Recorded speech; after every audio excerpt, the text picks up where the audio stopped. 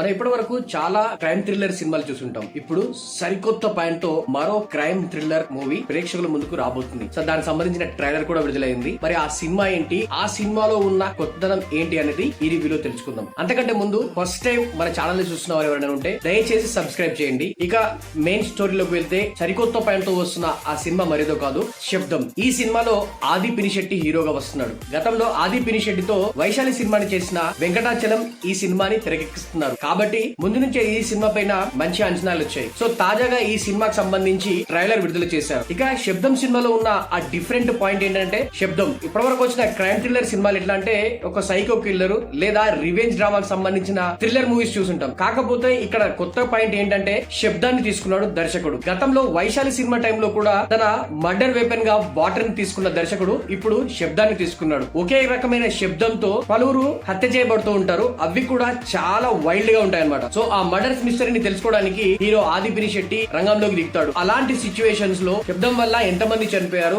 వాళ్ళు ఆ శబ్దం వల్ల చనిపోవడానికి రీజన్ ఏంటి, ఆ రీజన్ ని హీరో ఎలా కనిపెట్టాడు అనేది ఈ శబ్దం సినిమా మిగతా కథ. ట్రైలర్ చూస్తుంటే చాలా సస్పెన్స్ అండ్ హారర్ ఎలిమెంట్స్ కూడా ఈ సినిమాలో ఉన్నట్టు తెలుస్తుంది. చాలా డిఫరెంట్ వేలో ట్రైలర్ ని కట్ చేశారు. ఇక ఈ ట్రైలర్ కి విజువల్స్ మాత్రం నెక్స్ట్ లెవెల్ లో ఉన్నాయి. హై స్టాండర్డ్స్ తో విజువల్స్ తీసుకున్నారు. సో చూడగానే సంథింగ్ ఏదో ఈ సినిమాలో ఉండబోతుందని ఇంపాక్ట్ క్రియేట్ చేసింది ట్రైలర్ అయితే. ఇక ఓవరాల్ గా ట్రైలర్ లో చూసుకుంటే మెయిన్ గా చెప్పాలంటే ఎస్ఎస్ తమన్ బీజిఎం, గతంలో వైశాలి సినిమాకి సంబంధించి ఆయన ఇచ్చిన బీజిఎం కూడా నెక్స్ట్ లెవెల్ లో వర్కౌట్ అయింది. సో ఇప్పుడు మరోసారి అదే రేంజ్ లో తన బీజిఎం తో ఆడియన్స్ ని మెస్మరైజ్ చేయడానికి తమన్ మన ముందుకు వస్తున్నాడు. సరికొత్త కథా కథనాలతో వస్తున్న శబ్దం సినిమా మరికొన్ని రోజుల్లోనే థియేటర్స్ రాబోతుంది. మరి ట్రైలర్ చూసారా, మీకేలా అనిపించింది? నాకైతే ఎప్పుడెప్పుడు సినిమా విడుదలవుతుందా, ఎప్పుడెప్పుడు సినిమా చూద్దాం అన్నట్టుగా అనిపించింది. ఒకవేళ ట్రైలర్ కనుక మీరు చూస్తుంటే మీకు ఎలా అనిపించింది అనేది కింద కామెంట్ చేయండి. ఇలాంటి మరిన్ని అప్డేట్స్ కోసం దయచేసి మన సినిమా టాక్స్ యూట్యూబ్ ఛానల్ ని సబ్స్క్రైబ్ చేయండి.